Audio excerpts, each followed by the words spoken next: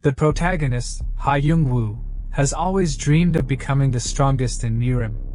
He has become a villain who is unafraid of God.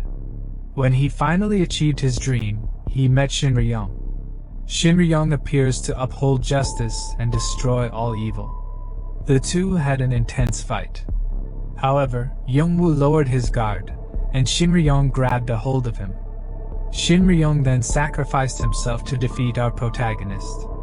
But Young-woo can't give up on his dream. He reincarnates and starts working on his goal of being the strongest.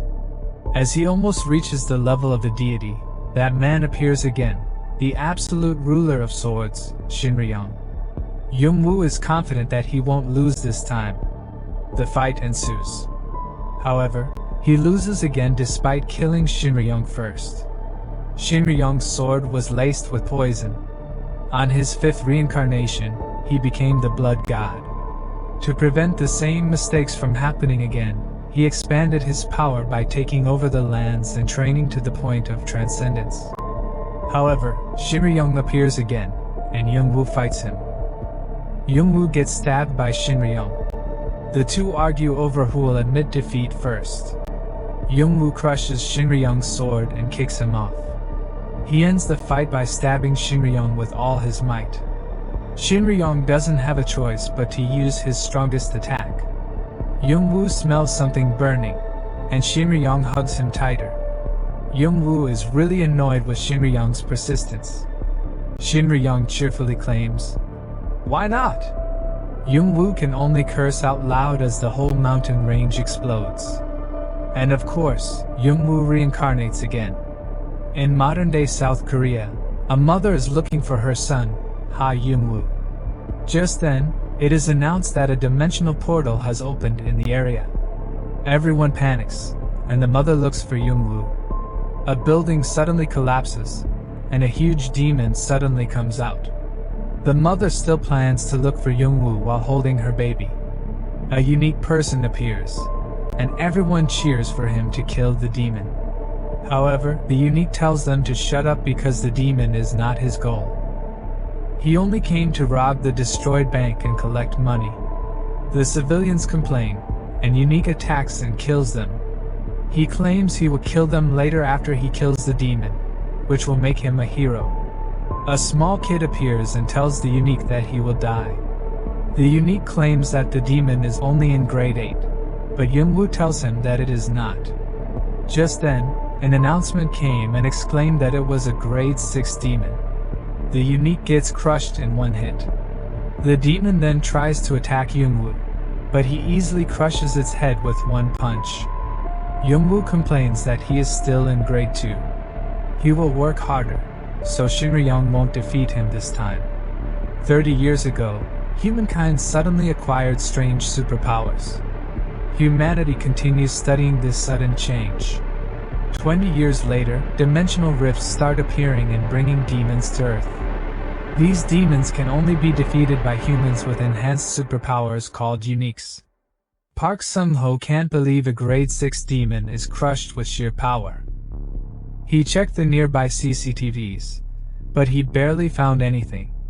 He wonders if the little boy was also a monstrous talent to check out. A little boy calls out to Sung-ho addressing him as uncle. Sung-ho claims this kid is also a monster talent, and it is possible for two monsters to appear at the same time. That face is clearly Shin-ryung's. Meanwhile, Young-woo trains by fighting low-level demons to prepare in case he meets Shin-ryung again in this lifetime. Just then, his mother comes to warn him about playing games. Young-woo claims he is training, but his mother just got angry.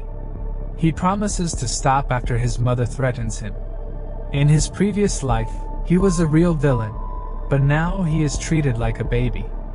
At a kindergarten, some kids are talking about defeating Young-woo. Kang-chun, a successor of the Golden River clan, is confident. He demonstrates a technique, the Steel Blood Fist, and blows away a huge tree. He swears to get back at Young-woo. They wonder if Young-woo will accept their invitation. Young-woo casually agrees, surprising the others. Young-woo and Kang-chun menacingly smile at each other. Later at the Golden Gate household, Kangchun proudly welcomes everyone to his party. A pretty girl named Yuhara appears and congratulates Kangchun. Hara notices Youngwoo and starts having a conversation with him, causing Kangchun to get jealous and tells Youngwoo to get away from Hara. Lee Ho-guk, Kangchun's father, grins after learning that Kangchun plans on dealing with someone on his birthday party. Kim Chong-kwan, his assistant, tells Ho-guk to give his son some slack. They then talk about a rift core they have that Ho-guk plans to sell. However, Chong-kwan exclaims that it is not a normal rift core that erases anyone who touches it. Ho-guk was unconcerned and boasted that he won't be cursed by it. Just then, the building shakes and a hole appears in the reception hall with a lifeless-looking Youngwoo in the rubbles. Kangchun smiles thinking he had defeated Youngwoo while everyone cheers for him. He tries to impress Hara, but the girl can only sigh and claims that Youngwoo is not yet defeated. Kangchun insists that his steel blood fist will make Youngwoo unconscious for hours. Hara then suggests making a bet. Kangchun is anxious because Hara has God's eyes that can see her opponent's condition. He looks behind him and sees an unscathed Youngwoo, who claims that he let Kangchun hit him as his birthday present. Youngwoo grinned and stated that it is now his turn and attacks Kangchun. A loud noise was heard throughout the mansion. Ho-guk wonders what is happening, and Chong-kwan tells him not to interfere in the children's party. Chong-kwan insists on talking about the rift core, but Ho-guk tells him to shut up. Chong-kwan was certain that Ho-guk doesn't know anything about it, and was the reason they were seen as brutes. He claims the rift core belonged to Kim Taek-soo, the previous boss of the Unique Association. Taek-soo got it from the inside of the rift and had it passed to select individuals, but they were wiped out. That's how it was called the Cursed Rift Core. However, Ho-guk admitted that he lost the Rift Core, making Chong-kwan freak out. Meanwhile, Youngwoo has been sent flying again by Kangchun. Hara notices how Kangchun's aura has changed. Kangchun menacingly smiles, and Hara tells everyone to run away. Outside, Sung-ho arrives at the gates, assuming that the kid he has seen on the CCTV is Kangchun. The children escape while Hara is trying to calm down Kangchun, but she was attacked, sending her flying. As Hara loses consciousness, she sees Kangchun getting punched away. She falls unconscious as Youngwoo starts fighting Kangchun. Youngwoo smacks Kangchun, who starts recalling how he is pressured as the son and brother of a superhuman. He has small achievements, and his father will always praise him. Kangchun blames Youngwoo, but he gets smacked. Youngwoo tells him not to whine just because he got beaten up. Kangchun laughs as he agrees and instantly attacks Youngwoo, sending him crashing onto a wall. Kangchun menacingly reminds Youngwoo that the strong hit the weak. Meanwhile, Ho-guk was looking for the core and wonders what kind of curse the Rift Core has for someone as powerful as Taek-soo to fall for it. From what Chong-kwan heard, cursed Rift Cores control the spirit of the user. It possesses the spirit and turns the user into a devil. Youngwoo gets punched so hard that he bounces on the wall. Kangchun has always wished to have the power to beat up Youngwoo. The cursed Rift Core actually called out to Kangchun and possessed him. He claims he can make his dad proud now. Youngwoo laughs and mocks the spirit possessing Kangchun.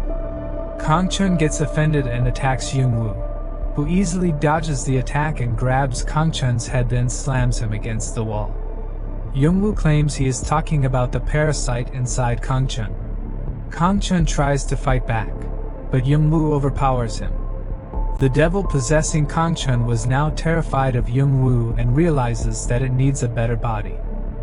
Just then, Sung-ho enters the area, and the devil immediately saw its opportunity and transferred itself to Sung-ho. He suddenly gets possessed. The devil was satisfied and claims that this is the end for Youngwoo. Ho-guk arrives and sees his bleeding son and asks the possessed Sung-ho if he did it, but the devil tells Ho-guk to get out. Ho-guk gets pissed off and quickly attacks the possessed Sung-ho. An explosion occurs, and the possessed Sung-ho curses. Hoguk stands before him and starts punching Sung-ho until the cursed rift core appears. Chong-kwan tells Hoguk to retrieve it. However, Young-woo snatches it and bids farewell to the devil, then crushes the rift core into pieces. The adults can see the money turning into dust. The incident ended, and Sung-ho got sent to the hospital. Kang-chun claims that he doesn't remember anything that happened. Chong-kwan had expected that Kang-chun was under the control of the stone. Kang-chun then looks for his father, and they hear a loud bang. Hoguk's eldest son is sent flying by Young-woo. Hoguk realizes that it was Young-woo who had beaten up his son. Young-woo wonders if he is being accused right now. Hoguk realized that it was not only Sung-ho who was controlled by the rift core but also Kang-chun. Based on that, he knew that Kang-chun was fighting someone before he arrived. He had Young-woo show his strength by fighting his eldest son, Kang-hyun, who is considered a prodigy. Young-woo smirks menacingly. Hoguk laughs and asks to spar with Young-woo.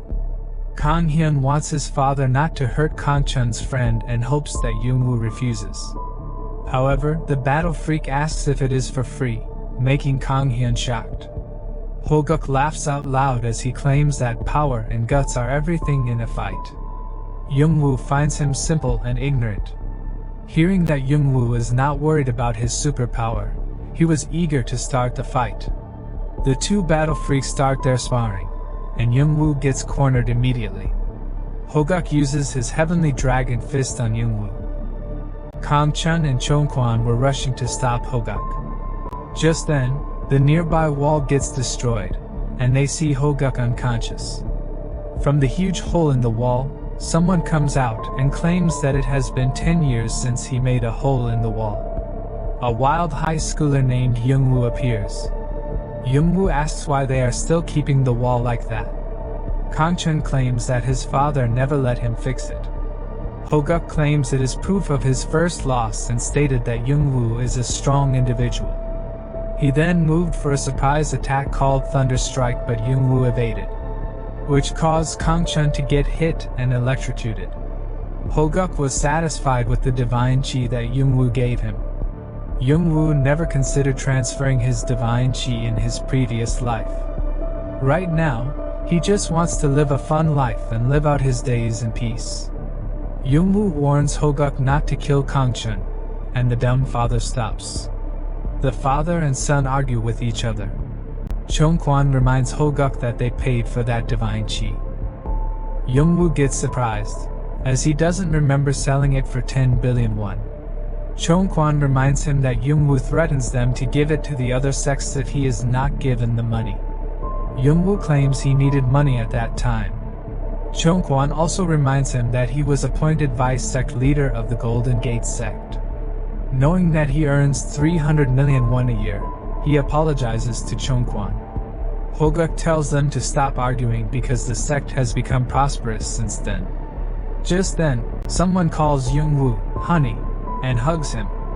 Young-woo tells Hyorin to call him brother instead. However, it was Hoguk who ordered her to call Young-woo that way. Hoguk really wants to take Young-woo as his in-law. Young-woo is irritated as Hoguk is using his 10-year-old daughter. Hoguk reminds him that Young-woo's mother and his wife are best friends. Hearing his mother being used against him, Young-woo plans to beat up Hoguk. Young-woo doesn't have a plan to be their in-laws though. The father and daughter swear to hook Young-woo into their family. Kang-chun later wonders why Young-woo signed up for magic lessons. Young-woo claims to be a swordsman, but his fighting style is still messy. Kang-chun feels doubtful about Young-woo's words. Young-woo explains that he can't go around while swinging a sword. However, Young-woo just wants to get stronger to prepare against Shinryong. At Unique College, students pour in to take the entrance exam, which has a passing rate of 0.1%. Kang-chun can't believe seeing that many people. Just then, people shouted the names of red-eyed Min Ji-hyun and Kang Min-ho from Innovation. Fangirls flood in, and Kang-chun gets flustered, claiming that he is not Miho. Just then, someone tells him to move out of the way. It was Min-ho and Ji-hyun. Minho smacks Kangchun aside. Kangchun gets irritated and later saddened when the fangirls call him ugly compared to Minho. Kangchun feels offended and is out for blood. However, Minho is suddenly sent flying. A thug-looking student calls Kangchun a bastard. It is Park Ki-ho, the prodigy from the Black Tiger sect. Kangchun was pissed and prepared to attack. As he moves, Youngwoo stops him and signals him. Minho's fangirls are furiously asking Ki-ho to apologize to their idol. Minho has trouble breathing. As the girls insisted he apologized, Ki-ho reaches out his hand and makes an apple out of nowhere. He tosses it toward the girls and makes it explode. The girls cough in pain and ask to be spared. Ki-ho tells them that he already gave an apology as they asked. Kangchun jumps in to attack Ki-ho. However, Ki-ho easily blocks him with a kick. They both threaten each other to destroy their respective sections. People are excited to see two successors fighting. Kangchun gets mad at Ki-ho for using poison on the girls. Ki-ho blocks his attack and feigns ignorance, and tells Kangchun to check behind him. The girls are fine. Ki-ho claims he is just punishing someone who is blocking the way because he is popular. Ki-ho asks everyone, and the crowd agrees that Minho is being arrogant. Kangchun angrily asks if it is really necessary to beat up someone who is on a high horse. Ki-ho confirms and attacks Kangchun. Kangchun dodged it and grabbed hold of Ki-ho instead. The girls suddenly cheer for Kangchun. Kangchun tells Ki-ho to act mighty after he gets beaten up. Ki-ho grabs Kangchun's arm, while Kangchun taunts Ki-ho to use his poison, knowing that poison doesn't work on him. Ki-ho smirks and tightly grabs Kangchun's arm. Youngwoo notices something weird. An instructor appears, and the two successors back off from each other. He also shouts at the other students to move. Youngwoo and Kangchun treat themselves to some drinks. Youngwoo calls Kangchun lame and claims it would have been better if he didn't step in. He claims that Ki-ho is taking Kangchun too lightly. He grabs Kangchun's arm and checks the marks, and recognized the technique used was inhalant merit, as Youngwoo expected. He wonders if the weed guy has also reincarnated. Youngwoo recalls blood scholar Su Munail, who he met in his fifth life. Youngwoo cuts through some disciples until he reaches Munail, taking the other disciples as hostages. Despite a female disciple's plea to be released, Munail grabs her mouth and uses inhalant merit.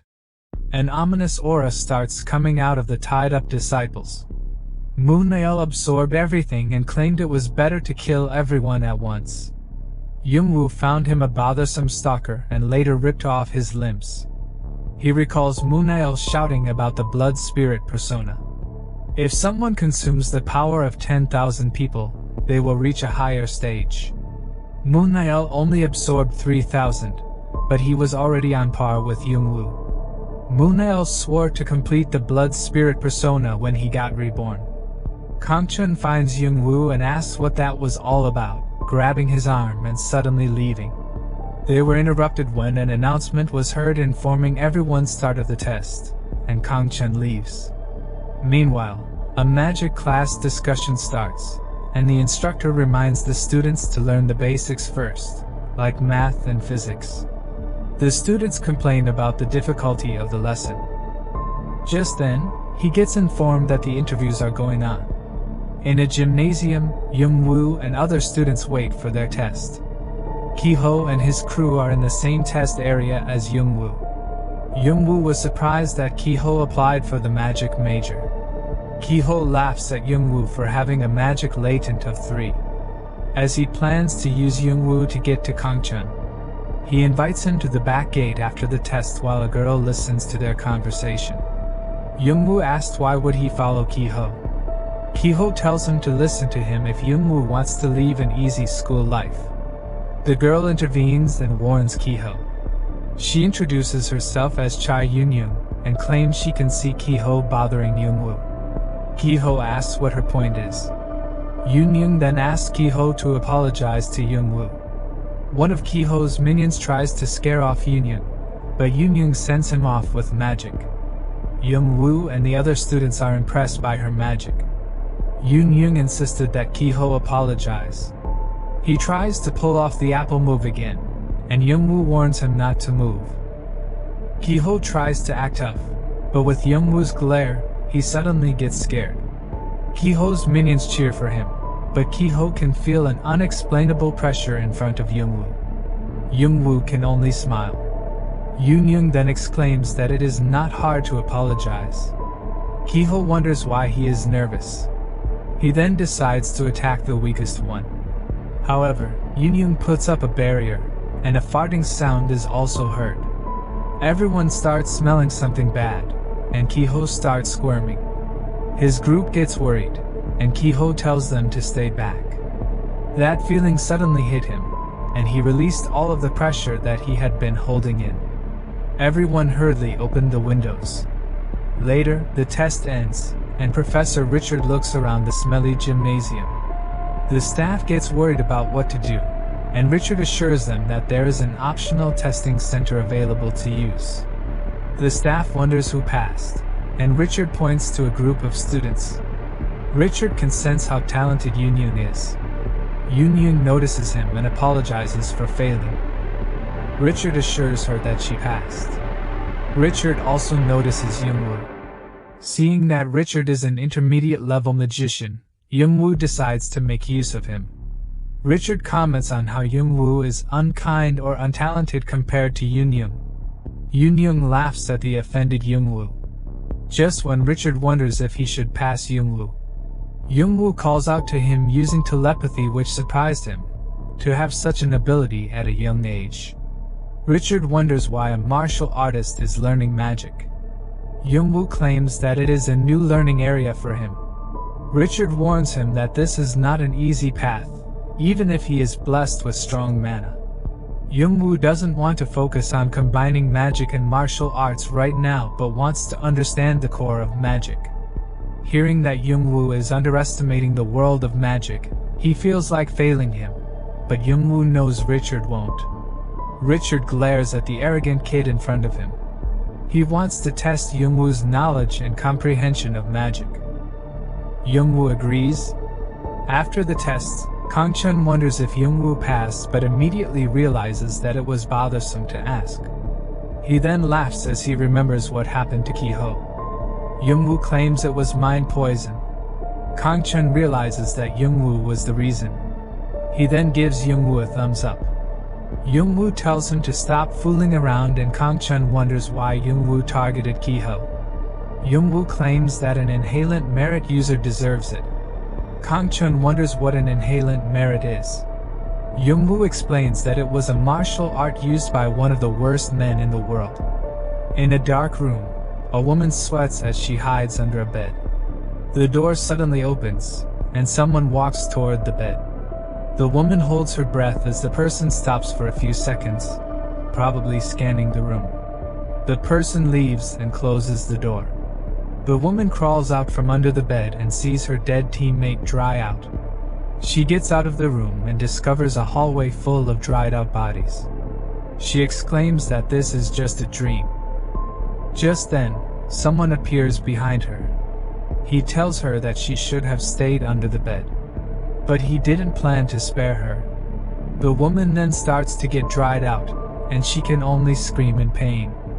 The next day at the unique college, Kang-chun notices how a girl keeps looking at them.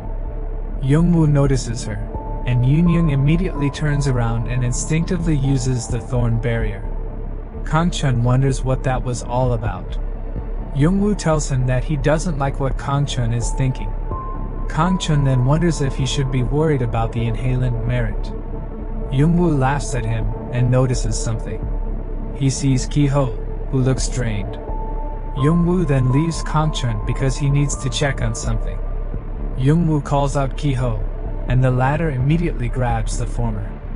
After swearing to kill Young-woo, Ki-ho gets grabbed and slammed to the ground. However, Ki-ho manages to outmaneuver Young-woo's attack. Ki-ho comments on how Young-woo hid his martial arts. Young-woo claims he doesn't reveal all his cards, unlike an idiot like Ki-ho. Offended, Kiho starts attacking Youngwoo, but Youngwoo easily dodges all of Kiho's attacks. Kiho angrily asks if Youngwoo only knows about running. Youngwoo then elbows Kiho in the face. Kiho gets sent flying to the wall. He crawls onto the ground, and Youngwoo kicks his face again. Kiho bounces on the wall, and Youngwoo drops and kicks his head. Youngwoo grabs his head and wonders if it is over. Kiho starts threatening Youngwoo with his sect. However, Youngwoo smashes his head on the concrete ground. He raises Kiho's head and playfully asks if it is over this time. Kiho's face shows despair. Kiho saw that Youngwoo was just playing with him. Youngwoo asks again if Kiho wants more. Just then, Kiho starts letting out poison and attacking Youngwoo. Onlookers see what Kiho did and call him crazy for using poison. They can see that Kiho is trying to kill Youngwoo. Feeling confident, Kiho attacks the poisoned Youngwoo. However, Youngwoo expels all the poison inside his body, and it turns into poison gas. Youngwoo claims that he doesn't want to see such trivial poison from Kiho. Kiho can't see Youngwoo because of all the smoke. Youngwoo grabs Kiho's head and smacks it to the ground again. Youngwoo asks where Kiho learned absorption, but Kiho doesn't know what Youngwoo is talking about. Kiho gets kicked in the face again and flies away. Youngwoo forces Kiho to bring out what he wants to see. Just when Youngwoo is trying to finish off Kiho, someone interferes with their fight using a move he recognized. Youngwoo sees back Kyungsoo. Youngwoo swears that Kyungsoo's attack was similar to Moon-il's. However, Kyungsoo doesn't look like Moon-il's reincarnation. Kyungsoo introduces himself as a member of the student council. He warns Youngwoo that he went too far with his actions. Youngwoo uses the poison as a reason, but Kyungsoo can see that he is fine. Youngwoo then emphasizes the use of poison against him. Kyungsoo agrees that it was excessive to use poison, and there are witnesses. Youngwoo quickly kicks Kiho in the face again, and Kyungsoo warns him. Youngwoo claims that it will be a problem if he gets poisoned again because Kiho is good at pretending. Seeing Youngwoo as an oppressor, Kyungsoo now understands why Kiho resorted to using poison. Kyungsoo warns Youngwoo that he will deal with him if he continues. Youngwoo menacingly asks if Kyungsoo can handle him. Kyungsoo can feel that this battle freak is dangerous. He then offers to turn a blind eye if Youngwoo stops now. Youngwoo removes his foot from Kiho's face. Youngwoo introduces himself, and Kyungsoo finds him interesting. He knows Youngwoo will flip the schools sooner or later. In the hallways, Youngwoo found that Kiho was using absorption without knowing what it is. Youngwoo then realized something. Meanwhile, in a hotel, Park Young-cheon, Kiho's father, wonders what sight he is looking at. Someone reports that their target escaped after absorbing all the surveillance forces. Young-cheon calls him a fool and gives out orders to move fast because this is not an ordinary thing.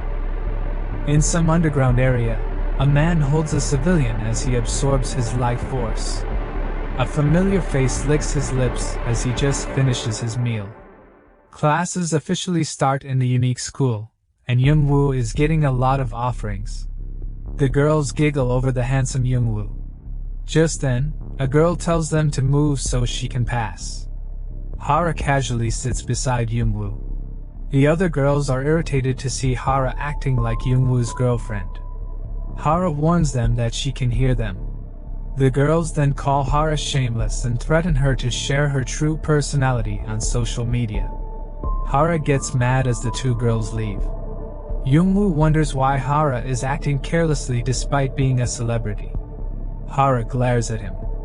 Youngwoo asks why Hara is learning magic. She explained that magic is the perfect field for entertainment.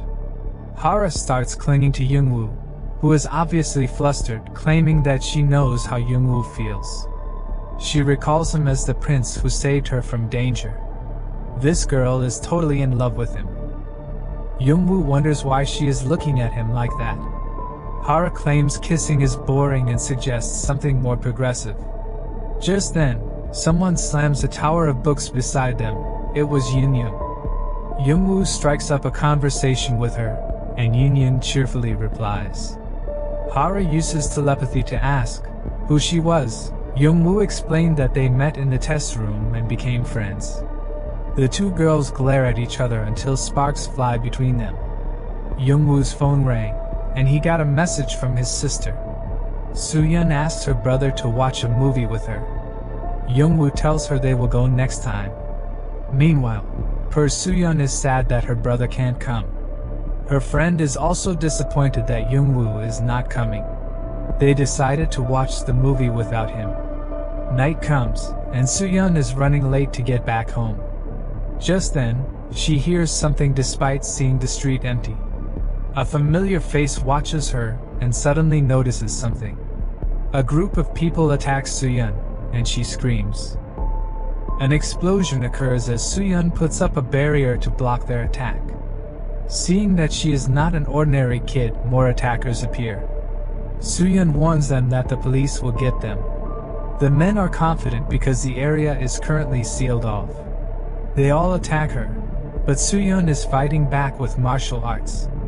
She dodges a heavy attack and knew that this is too much for her. Just then, someone attacks her out of nowhere.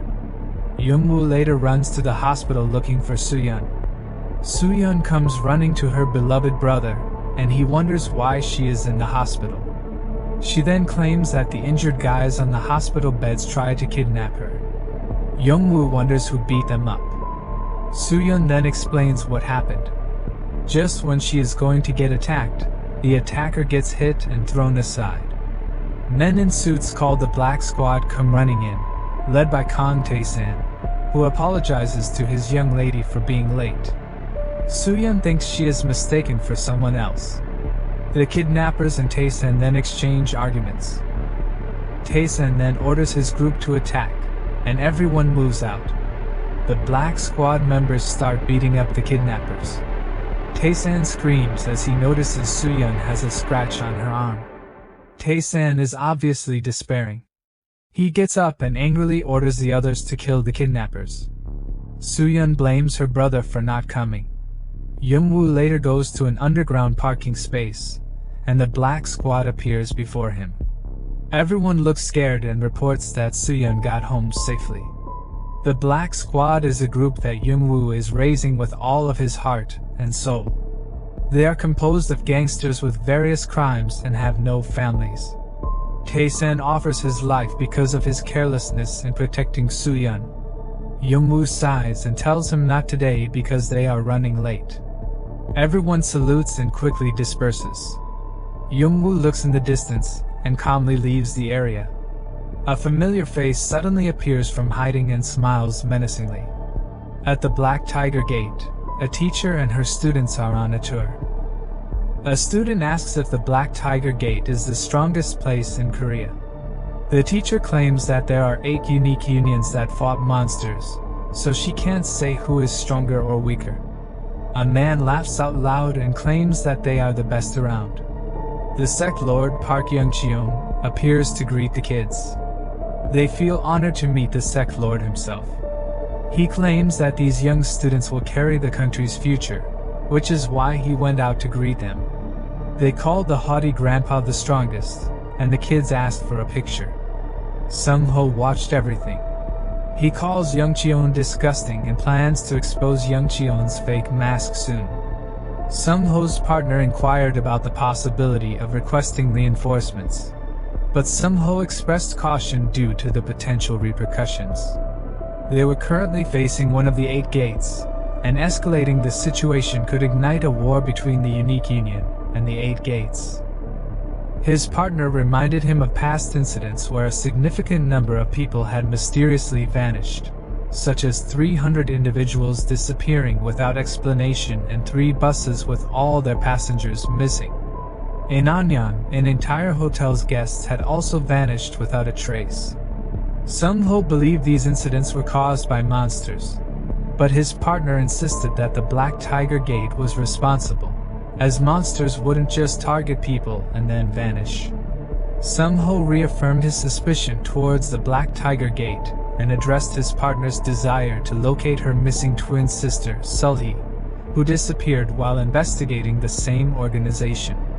He revealed that the Black Tiger Gate had discovered something significant in an ancient tomb a year ago, but the nature of their findings remained unknown. Due to the potential consequences of acting recklessly, Sumho emphasized the need to exercise caution and refrain from further movement until they could uncover the truth about what the Black Tiger Gate had discovered. They concluded that it was necessary to observe and monitor the actions of the organization before taking any further steps. After the departure of the children, young Chion's demeanor underwent a sudden change as he inquired about Kiho's return. Upon visiting his son, he was confronted with a disheveled and worn-out appearance. Kiho promptly knelt before his father, seeking forgiveness for his actions.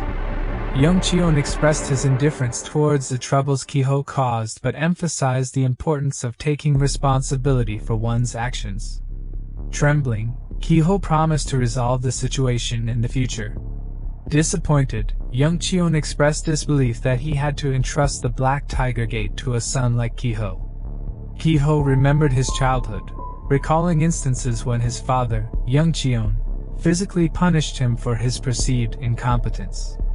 Determined to become stronger, Kiho made a vow to himself. The scene shifted to young Chion and his men extracting items from a tomb, during which a box was accidentally dropped, revealing a corpse inside. After returning with the body, Kiho witnessed Munael, who had awakened, absorbing one of the guards. Fueled by a desire to get stronger, Kiho approached Munael and offered to help him escape in exchange for being taught the skill he witnessed. Munael smiled at the offer. Currently, Kiho received information that his father expected him to resume practicing once his treatment was completed. Curious about news from his college, Kiho asked the servant if there were any updates. To his surprise, the servant informed him that there had been communication issues for hours. Perplexed, Kiho questioned the logic behind the communication problem, considering the number of communication devices available at the Black Tiger Gate. Expressing frustration, Kiho deemed the servant's response as useless and received an apology in return. Kiho, driven by his newfound absorption technique, forcefully grabbed the servant and began absorbing him. He marveled at the technique's effectiveness and grew confident in his ability to confront Yungwu using this newfound power. However, their attention was abruptly diverted by the trembling ground. In the city, citizens received evacuation orders as a simulated night cave exercise was about to commence. Meanwhile, Yungwu assembled his black squad, causing fear in Yonik, who had never seen Yungwu so enraged before. In a determined tone, Yungwu declared his intention to completely annihilate the Black Tiger Gate that day. Within the premises of the Black Tiger Gate, its members were on the move as attackers had infiltrated the main building. However, their movements were swiftly interrupted as they fell into an ambush by Yungwu. The leader of the Black Tiger Gate launched an attack, but Yungwu's powerful kick sent him reeling backward. Astonished by Yungwu's strength, the leader was further taken aback when he witnessed the number of his fallen comrades at the hands of Yungwu. Yungwu confidently questioned his disbelief, assuring him that there was nothing to be concerned about, as the Black Tiger Gate would be closing its doors for good that day. The Red Guard, known as the strongest armed group within the Black Tiger Gate, arrived on the scene and began mocking Yungwu for his perceived arrogance. Unfazed by their taunts, Yungwu remained undeterred.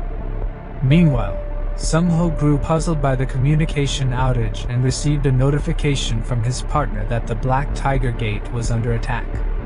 This revelation surprised him, leading him to wonder if another organization was involved. They agreed to report the situation to the Unique Union, but Sumho's partner insisted on heading directly to the Black Tiger Gate instead to look for her sister. However, she encountered a barrier surrounding the compound, preventing her from entering. The Red Guard found themselves in a fierce struggle against Yungwu, with some of their members being sent flying by his powerful attacks.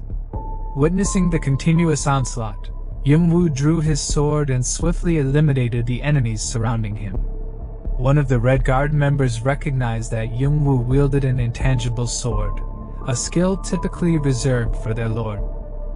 Intrigued and confused, they questioned Yung-woo's motive for attacking the Black Tiger Gate. In response, Yung-woo divulged his reason, stating that it was because they had attempted to kidnap his sister. He emphasized that their kidnapping plot had ultimately failed. A member of the Red Guard stated that their actions were not mere kidnappings but an attempt to apprehend villains responsible for the deaths of hundreds of innocent people. Yung-woo dismissed their justification, questioning whether they truly believed that those who had mercilessly wielded their swords deserved to have human rights. Upon Kiho's arrival, a member of the Red Guard issued a warning, expressing concern for his safety.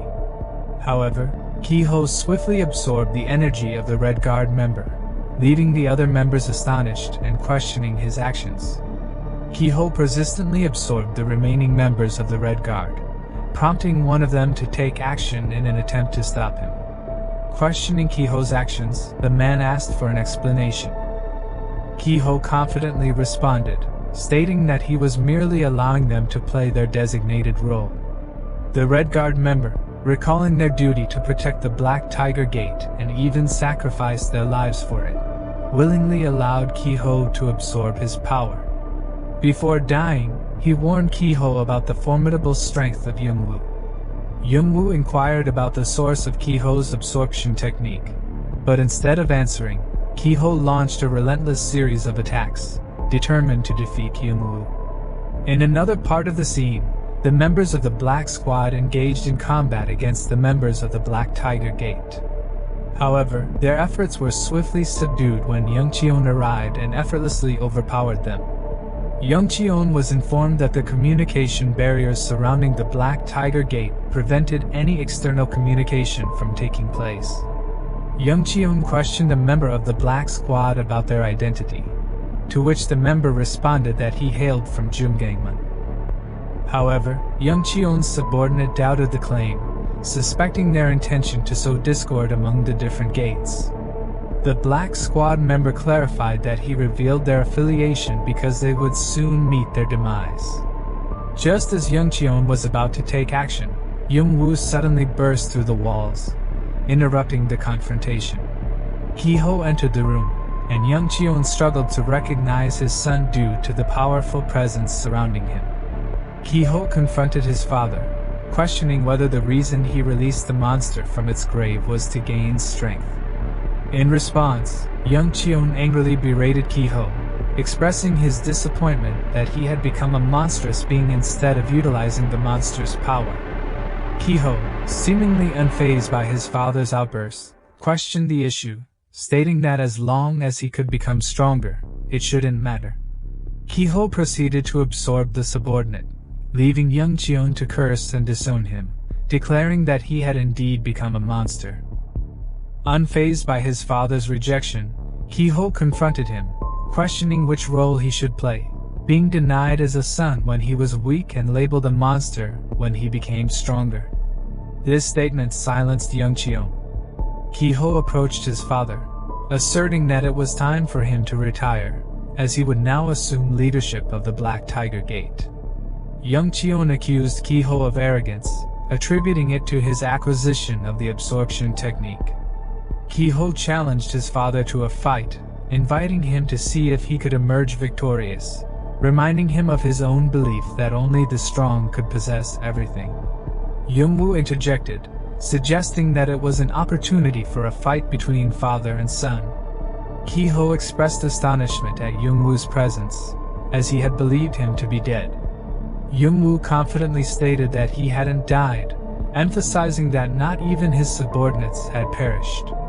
He shouted at his subordinates, instructing them to rise, highlighting their ability to withstand fatal injuries due to their knowledge of the immortal body-spirit technique. They promptly got up. Yung-woo ordered them to leave and defend the barrier. Yung-woo got up and was swiftly attacked by Young Cheon, pushing him back. Young Cheon continued his assault, accusing Yung-woo of being responsible for Kiho's monstrous transformation. Yung-woo was surprised by Young Cheon's quickness. Suddenly, an attack came from behind, revealing that Young Cheon could manipulate space using dark enchanting. Young Cheon showed no concern that Youngwoo was aware of his technique, as his sole desire was to end Youngwoo's life. He launched another attack, but Youngwoo successfully defended against all of them.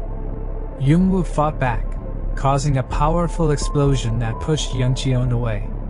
Young Cheon was astonished by Youngwoo's strength.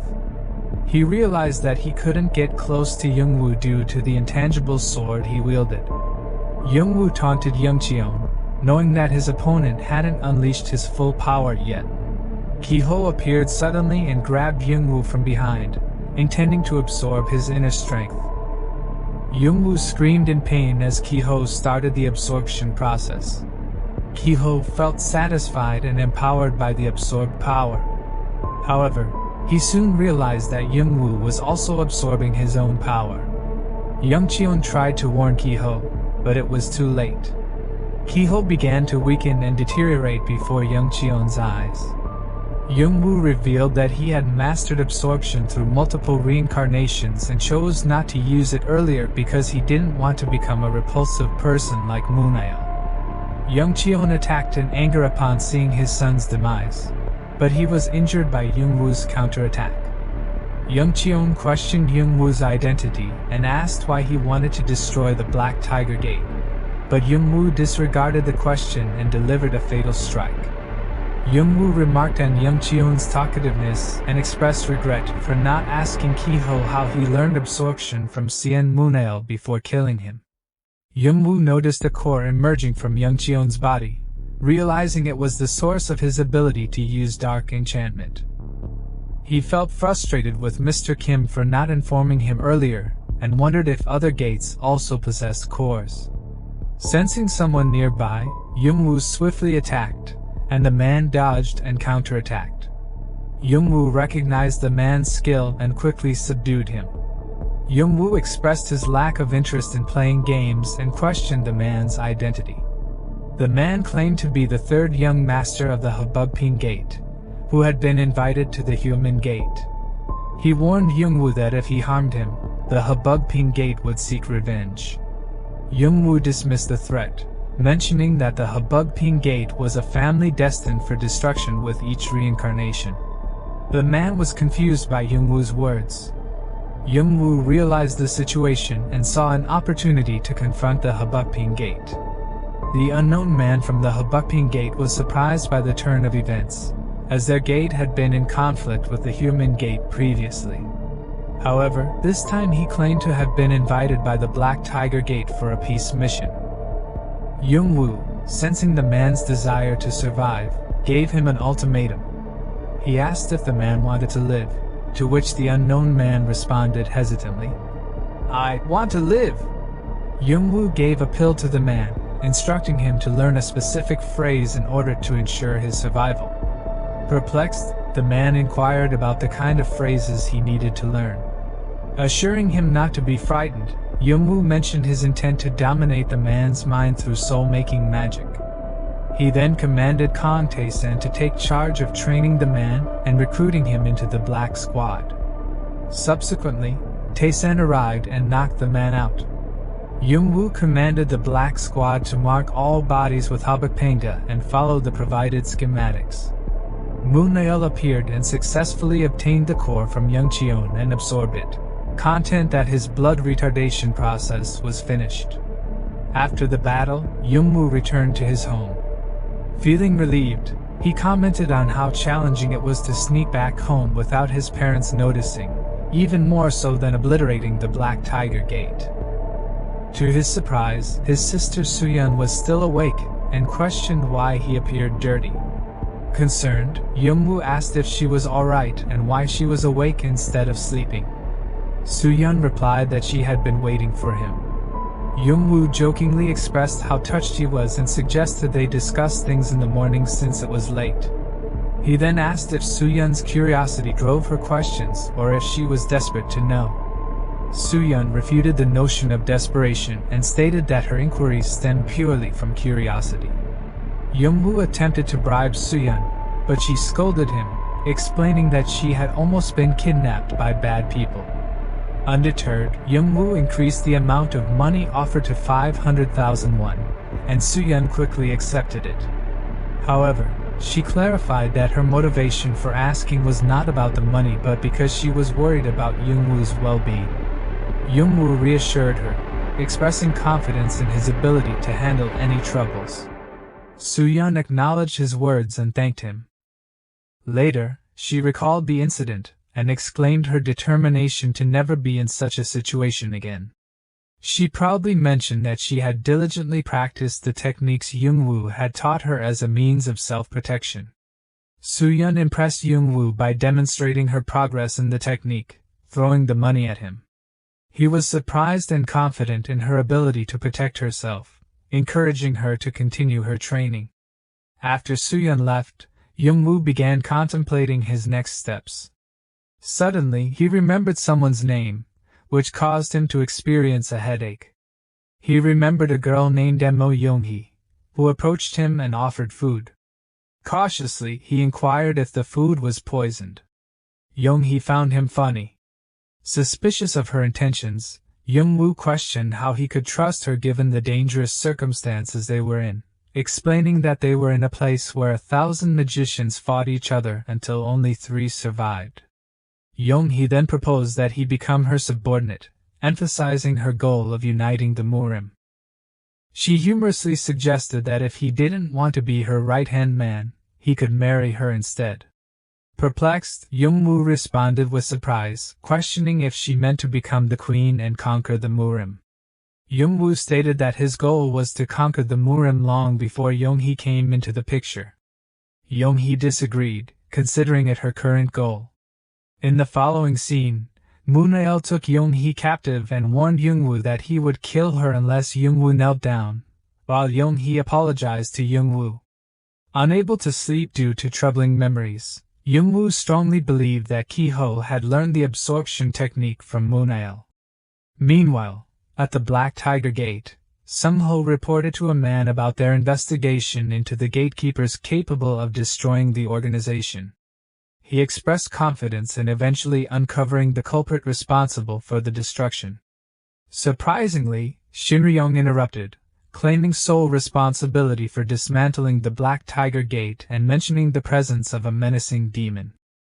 The Black Squad was mobilized, following Youngwoo's instructions to search the vicinity of the Black Tiger Gate.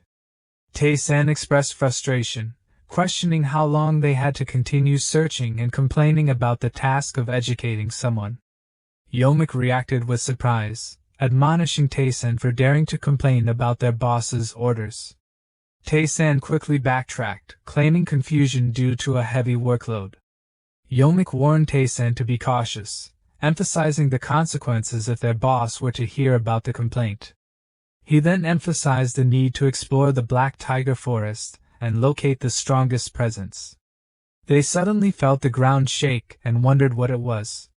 In the city, a public announcement warned everyone that the level 3 giant cave had been unlocked, urging them to evacuate the city promptly. This news caused widespread panic among the residents. Tae-san, from the Black Squad, realized the seriousness of the situation and urged his team to evacuate immediately. However, Yeomik reminded Tae-san about their boss's orders and proposed that they retreat and report the situation, as level 3 monsters were considered the strongest. Agreeing with Yeomik's suggestion, Tae-san decided they would leave together. Yeomik instructed Tae-san to inform the other squad members about the threat posed by the level 3 monster, emphasizing the importance of avoiding any encounters and advising them to assess the monster's status and retreat swiftly if necessary. As the trees around them ignited in flames, Tae-san and Yeomik caught sight of the monstrous entity responsible for the inferno. Faced with its formidable presence, Yeomik expressed frustration, realizing that they were unable to pass through it. Tae-san, too, acknowledged that the creature was unfamiliar to him. Before they could react, the monster spotted them and launched an immediate attack. Witnessing the devastating power of the creature, Yeomik understood that they would not be able to withstand such an assault. Suddenly, he was unable to move and contemplated the possibility of his impending death. The overwhelming pressure suddenly dissipated, and Tae-san and Yongik witnessed Moon-il holding the monster in his grasp. Despite the creature's attempts to resist, it was eventually absorbed by Moon-il, leaving Tae-san and Yongik astonished. Sensing the urgency, they attempted to flee, but Moon-il blocked their path. Moon-il noticed that they had mastered the immortal technique, which sparked his realization of something significant. Meanwhile, news of the Black Tiger Gate's destruction and the death of Park Young-cheon spread rapidly. An announcement was made regarding a meeting among the 8 Great Gates to address the situation at the Black Tiger Gate. The 7 representatives of the gates gathered in front of Tiananmen, attracting the attention of foreign journalists who sought to cover this unprecedented turn of events. At the Tiananmen Gate, the gathering of lords began as they started to arrive. Kwan Young-il, the Lord of Watchenmen, made his presence known. Baek Jong-woong, the Lord of Gamsenmen, also arrived. Additionally, Lee Ho-guk, the Lord of Jumgangman, arrived accompanied by Young-woo. Ho-guk advised Young-woo to refrain from acting impulsively during the current situation. Young-woo jokingly asked if Ho-guk thought he would get beaten up. Ho-guk responded incredulously, recalling how Young-woo single-handedly destroyed the human gate. He expressed concern that Young-woo might unleash his rage upon the remaining 7 gates, emphasizing that he was warning him out of fear that Young-woo would eliminate all the hypocrites. Young-woo, however, revealed that he was not in the right frame of mind as he had lost contact with the black squad he had sent for scouting the previous night. Ho-guk was taken aback by the news. Young-woo expressed his desire to find out what happened to the squad but acknowledged that he would have to attend the meeting and leave immediately afterwards. Ho-guk advised Young-woo to focus on the meeting and be cautious, particularly in dealing with the Lord Gate of Tiananmen, even if he was not familiar with the other individuals present. Yoon-young joined the conversation and overheard their discussion. She questioned why they needed to be cautious around her father. The Lord of Tiananmen Gate, Chai Mincheol, arrived and Yoon-young introduced Young-woo as her classmate. Mincheol addressed Young-woo, assuming he was the son of Lee Ho-guk from Jumgangmun Gate. Yoon-young corrected him, stating that Young-woo was Ha Young-woo and responsible for Jumgangmun Gate's law. Ho-guk mentioned that Yoon-young's father had described her as a magical genius, confirming that she was indeed the one. He jokingly proposed a marriage between his son, Gangchen, and Yoon-young, mentioning that despite his simplicity, Gangchen was skilled in combat. Mincheol laughed, recognizing the familiar nature of Ho-guk's character and his tendency to desire everything for himself. Ho-guk proudly proclaimed that being a real man meant being upfront and not hiding behind the scenes. He turned to Lord Chai and asked for his agreement. Mincheol laughed, and jokingly asked if there were any uninhabited islands left in the world that could still be used. Ho-guk joined in the laughter, dismissing Mincheol's remark as mere bluffing. The reporter's attempt to approach was halted by the guards. Mincheol suggested they head inside.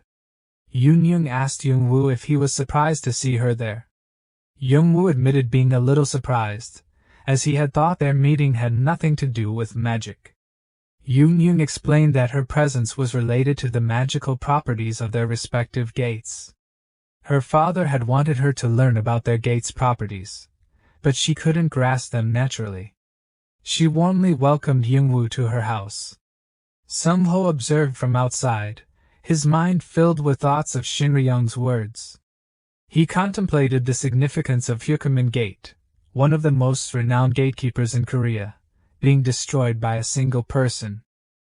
Additionally, the sudden opening and disappearance of the third-class cave and the emergence of demons troubled him. Sung-ho questioned the official explanation that a system error caused the wrong alarm, suspecting a connection between the opening of the third-class cave and the annihilation of Hyukamin Gate. Frustrated and confused, he wished for a straightforward answer but acknowledged that he would have to uncover the truth himself. He resolved to wait and witness the meeting of the 7 great gatekeepers, hoping to gain some clarity from the proceedings. The meeting commenced, and young Nael expressed frustration, stating that he had been discussing the same matter for hours. He questioned what the others were waiting for when the evidence was clear. John Woon, the Lord Gate of Gamsenman, remarked that young Nael seemed quite comfortable in his position. This statement sparked a response from young Nael, asking John Woon to clarify his meaning. John Woon countered, implying that they were not ignorant of the situation. Young Nael insisted that action needed to be taken, pointing out the presence of Habukping technique in the deaths at Hukamin Gate. He questioned whether they would remain passive even when they knew the culprit. John Woon cautioned against impulsively engaging with Habukping, as it had ties to the Chinese government. He warned of the potential economic sanctions and the danger it could pose to the entire Republic of Korea. Mincheol intervened, calling for calm and reminding everyone that the purpose of the meeting was not to argue amongst themselves. John Woon acknowledged his own excitement and apologized for his outburst. Mincheol expressed his concern about the apparent straightforwardness of the evidence. Young Nael questioned if Mincheol was suggesting that someone intentionally sought to provoke a conflict with the Chinese government. Mincheol clarified that he did not necessarily mean that, but he emphasized the need for a closer examination before making conclusions.